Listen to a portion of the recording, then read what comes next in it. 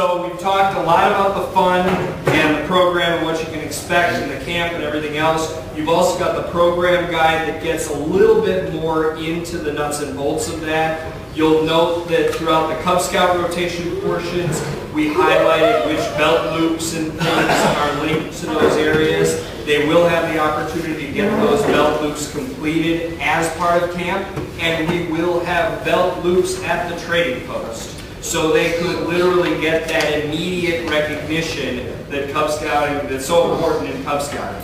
We will also have most of these, if not all of these patches, will have the Nova patch and the pins that go with it. Those will be carried. We will have the Messengers of Peace patches. They will be available. So everything that they do, you can literally turn around and give to them as a result of camp. They will obviously get the obligatory resident camp patch as well as a resident camp t-shirt. So you can expect those kinds of things, but we will have all the rest of the stuff in our trading posts, which will be housed right here. Let's touch on just a few important details here. I've gotten a handful of calls about youth and adult ratios. Ooh, lunches here, that's always good. Youth and adult ratios have been asked a few times. The basic rule of thumb that we try to work with is 4-to-1 ratio, with one basic exception, but 4-to-1 ratio and a minimum of at least 2 adults for 2 deep leadership standards. So if you've got 4 kids, you need 2 adults. If you've got 8 kids, 2 adults will technically work, but 3 would be better, and you can kind of work the ratio from there. The one exception that we continue to ask for is tiger cubs. Tiger cubs are traditionally a 1-to-1 ratio. It is a parent-child activity, and we really strongly encourage and request 1-to-1 ratio. Biggest, best selling point is that last of my 3 main missions here at Cub Camp, and that is that parent, that grandparent, that adult friend gets to have just as much fun as that Cub Scout. So, you know, every parent should want to come to Cub Scouting. Youth protection requirements are standard expectations throughout the BSA. We certainly encourage absolutely everyone to take youth protection training, whether you are a registered leader or not. But we have made it mandatory in the Mid-America Council that every registered adult leader is trained. So get your training. It's online, myscouting.org. Just go onto it. It takes 30 to 45 minutes, depending on how much you want to argue with the question and answer segment. Cub Scouting world, I think it has a tremendous amount of value for all adults who work with Cub Scouts, because so often parents, whether they're registered or not, become the mainstay of how we do programming in Cub Scouting, and everybody should understand the standard that they're being set to, and also the standard that they should expect from their leadership. It's a two-way street there. So youth protection, very important.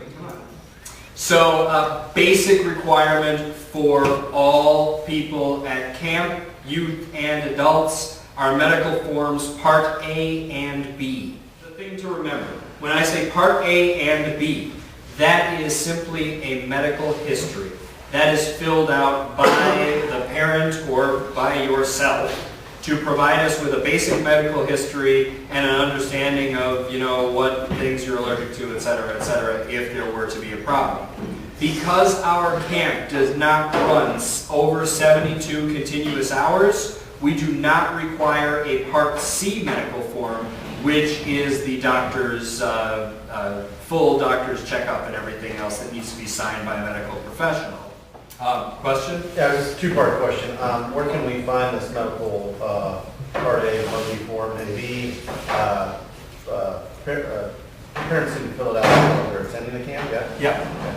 So I'll go with Part B first. Yes, everybody who's coming to camp needs to have their own medical form, and we need to have that for everybody, youth and adults. Part A of your question is pretty easy. It's everywhere we could wedge it onto the website, but the easiest place to find it would be to go back onto the registration page for this camp, and it's in as one of the attachments on the camp registration page. So it's kind of when you're When you're looking at the screen, off to the right side is a whole row of things, important dates, and a few other links, and there's a box that says attached forms. One of them is the medical form, and it is the brand new one. Sorry, just a question, can you submit it online? No, we ask a printed copy to be brought to camp because we will actually put that in a lockbox and give that to our medical officer because And then they if give it some, back to us. pardon? And then they give it back to And us? then they give it back. Yep. Yeah, everything goes in So the that's box. still the same? Yeah, that's still got to be the You don't same. pick it up. Because in a Cub Scout camp setting, the majority of the individuals will be parents of the child right there and then. We empower them to administer the medications unless there is something very specific that needs to be done, and we can certainly work that with our medical officer. Yeah? This year we'll be bringing a Webelos leader who has a sleeping. CPAP? Yes, CPAP. He'll need electricity, or would a portable generator, a quiet portable generator be acceptable, or would they be the other kind of things where he could run electricity? Last year, how we treated any problems like that, we just moved the campsite just outside the building, ran an extension cord so you have reliable power. If you have something you want to use, you're more than welcome to bring it. Any of those special needs, we usually encourage you to fill out the council form or make a note during your registration so that when you come to check in, it's not a surprise to us or a surprise to you that we didn't know about it. So just let us know if you need anything like that for us to provide, or if you have something to bring, that'd be awesome.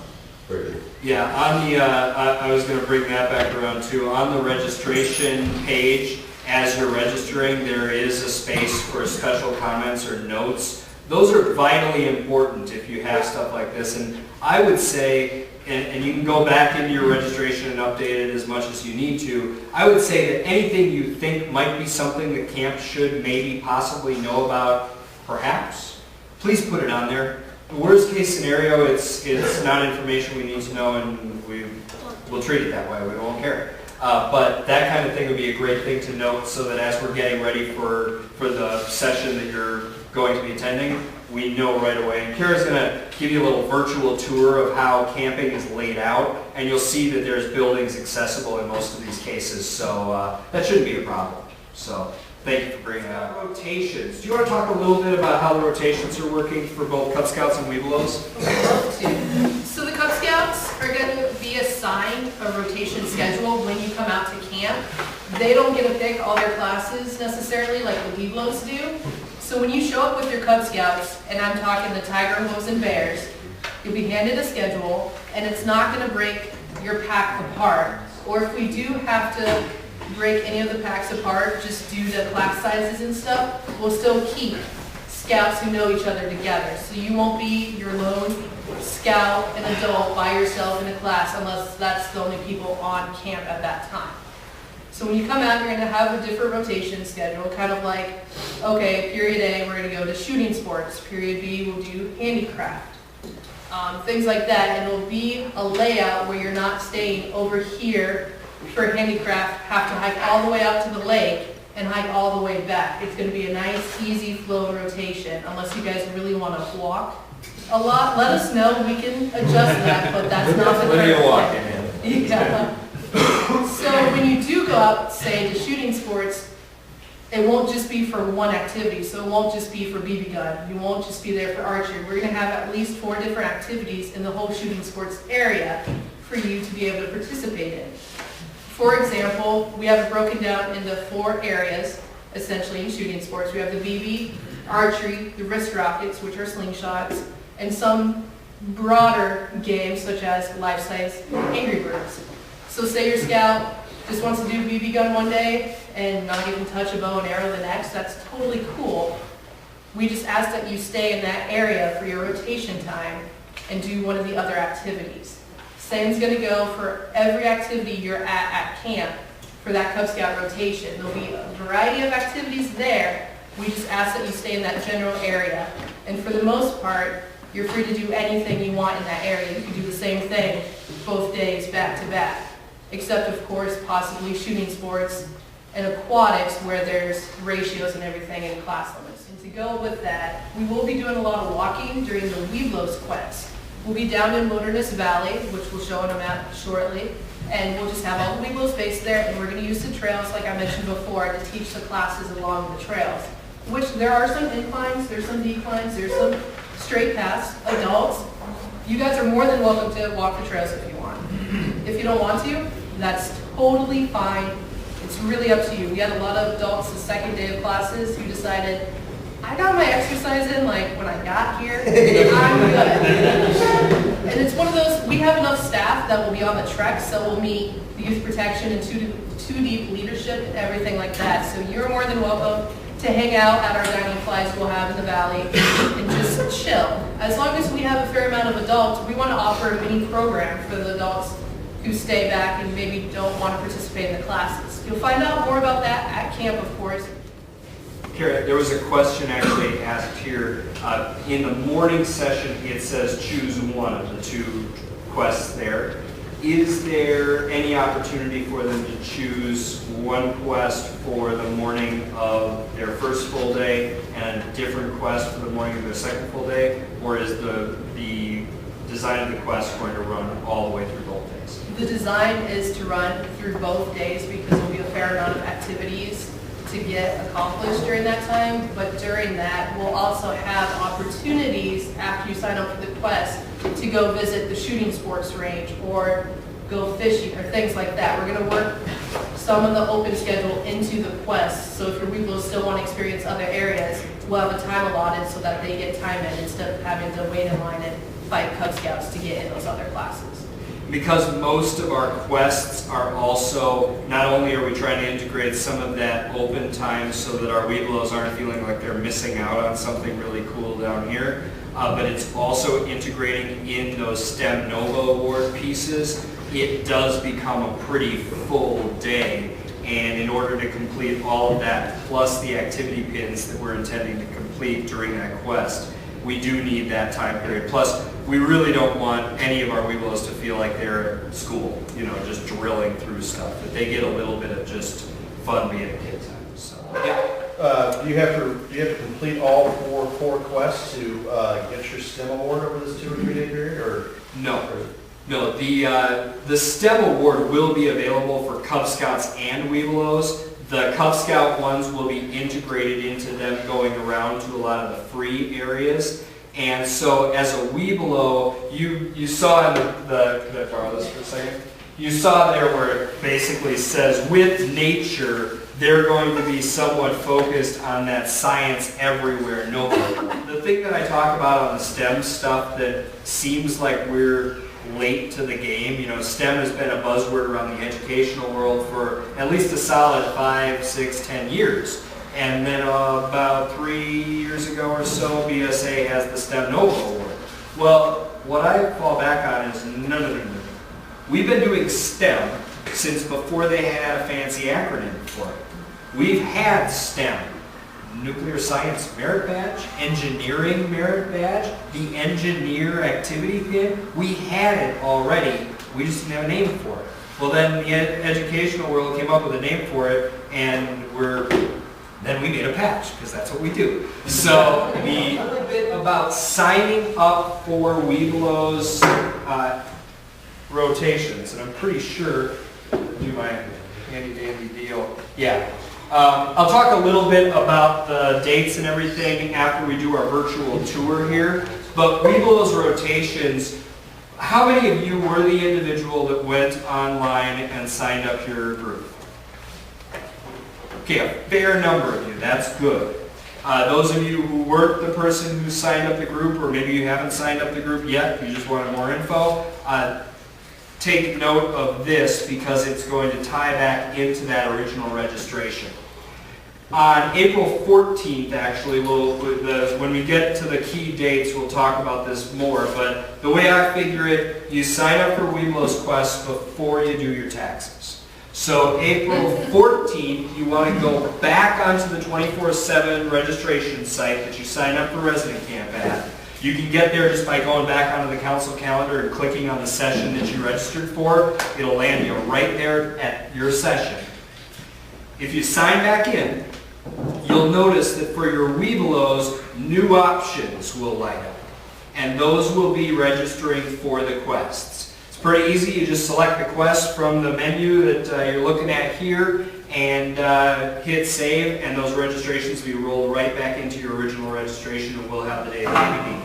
So just sign back in. Whoever the person was that registered you for resident camp has the main registration contact. So that's the person that should probably go back in there because they made the username and password to get into the system itself.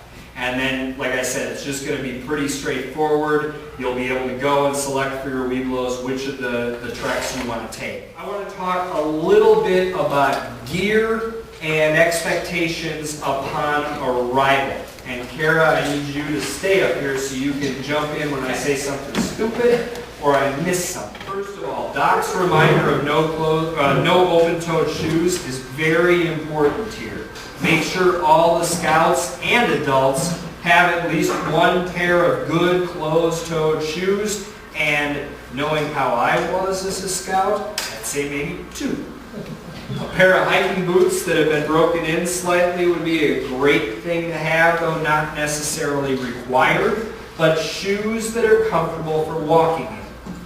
And now, you're also going to want to encourage all the families, for youth and adults, to figure out how many pairs of socks that they're going to need for 3 days and 2 nights, and then double it. And half of those are going to come back clean anyway.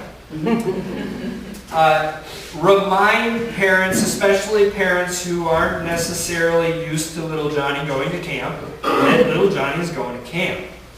That means that you are going to double pack, and most of the stuff's going to come back clean because he's going to wear the same pair of shorts and the same t-shirt for 3 days and 2 nights. Just prepare them for that. But couple backup t-shirts, layers, because while it is probably going to be sweltering hot in the sun around noon, 3 o'clock, they're still going to get perhaps a little chilly in the evenings. So those layering things will encourage parents not to overpack. You don't want to bring the kitchen sink. It's only 3 days and 2 nights. Swimming suit, very important. Definitely important. The pair of sandals wouldn't be bad for the shower or even for the beach. I know we don't have a pool, but maybe from the buddy board to the beach. I'll let it slide. It'll probably be okay. Because we're going to have lovely sandy beaches. What else am I forgetting for personal gear? A towel. A towel. Very good. See, I knew I'd forget something. A towel. And personal toiletries, that kind of stuff. Bug spray? Right. At the same time, the other thing I was going to throw out there that Doc reminded me of was sunscreen. That's going to be a very, very important thing. And some of these things are things that as adults, you're going to want to pack maybe a larger one than you would recommend to the youth and the families because you know half of them will forget. So sunscreen, bug repellent of some sort. Hats, very good. A hat with some kind of a bill. Water bottle. You will not need personal eating gear necessarily. You want your banana. Get your banana. Rain gear, certainly. Very good. See, this is the fun of audience participation. Bar of soap for when it does rain. Yeah, the basic toiletries, you know, a toothbrush, that'll probably come back pristine. Soap on a soap is like we need to borrow soap for A it. little bit of soap wouldn't be a bad thing. So, and then obviously, any medications or anything that are related to allergies, EpiPen, that sort of stuff, just ensure, and I would almost do a check before they are getting in the car. Johnny, do you have your stuff? Jimmy, do you have your stuff? Billy, do you have your stuff? You know, and just do a quick recheck of everybody before they head out here. And then obviously our trading post will be stocked with everything that was forgotten. Obviously, everybody needs their own sleeping bag too. That would be kind of vital. Sleeping bags, sleeping pads. If family has no clue where to even begin with that, 2 recommendations that I can give. Number 1 would be the Scout Shop, because the Scout Shop has everything you ever need and more for any camping expedition ever. So definitely check out the folks at the Scout Shop, and you can even have the family go in and say, it's my first time, I'm going to Cub Resident Camp, what do I need? And they're going to provide them with a pretty good list, and then some probably. But I also recommend too, as long as they have access to a pretty good sized washer, a lot of great camping equipment, especially sleeping pads, can be found at thrift stores and Goodwill and that sort of stuff. So you don't need to spend hundreds of dollars to get a basic overnight bag and sleeping pad. I've even seen people come, including my Eagle Scout best friend, show up at camp for a week with an inflatable pool mat type thing. It was big enough for him, it inflated, it was comfortable, it squeaked whenever he rolled over, but that serves as the perfect segue into what you as a group need to bring, because that's my recommendation. When you're looking at the list of group equipment, which is going to include a tent for every 2 to 3 scouts and probably every 2 adults, a ground cloth, we will have the flies available in the camping area with picnic tables underneath them, so you won't need to set up a dining fly because we'll be doing our dining indoors, and you'll have other shelter throughout our camping areas. But certainly tents, luckily you don't need stoves because we're doing all the food service for you, but oftentimes troops have a propane tank with a lantern that comes off of it on the tree, and that wouldn't be a bad thing to bring if you had the equipment. Yeah. One other thing, you put them up before, you're gonna borrow tents from a troop, have them show you how they go up and how to operate the lanterns. That's right, and the other thing that does is ensure that when Johnny Scout put all the tents back, he didn't leave out some vital pieces. Yes. Are you guys gonna set up the platform tents again like we did last Yes. year? Yep. That was really cool. Yeah. We will also have an additional 4 to 6 more than what we had last year, Good. depending on how many will get built here in the next month. And those will once again pretty much be treated on a first come, first served basis if there's people that want to utilize the platform tents. If there are individuals that have sort of special requests, I don't know what end of a tent to set up or something to that effect. Please put that in the comments section of the registration, and even a simple request of, we would like access to a platform tent. We will do our best in the true Cub Scout family. We will do our best to accommodate those. No guarantees, but we will do our best. Basically, as far as group equipment, you can probably get by very easily with some good tents for everybody, and then your own personal stuff, and we end up providing the rest. So, and anything else that's going to make your stay more comfortable, bring it within reason. Camp chairs, that sort of stuff. Yeah, absolutely. And that's a good call for campfire and stuff, and have a blanket Yeah. or some chairs and stuff, because it's just a beautiful grassy area in front of the stage, so. Yep. And again, this, a more complete and comprehensive list of gear, both personal and recommended for the group, will come out in an email. And what I'll do is I'll probably send that to every registrant if there is an email address tied to them. So little Billy's mom might actually get an email with this attached to it. And that will also serve as a reminder of when the Webelos activity pin registrations will be open.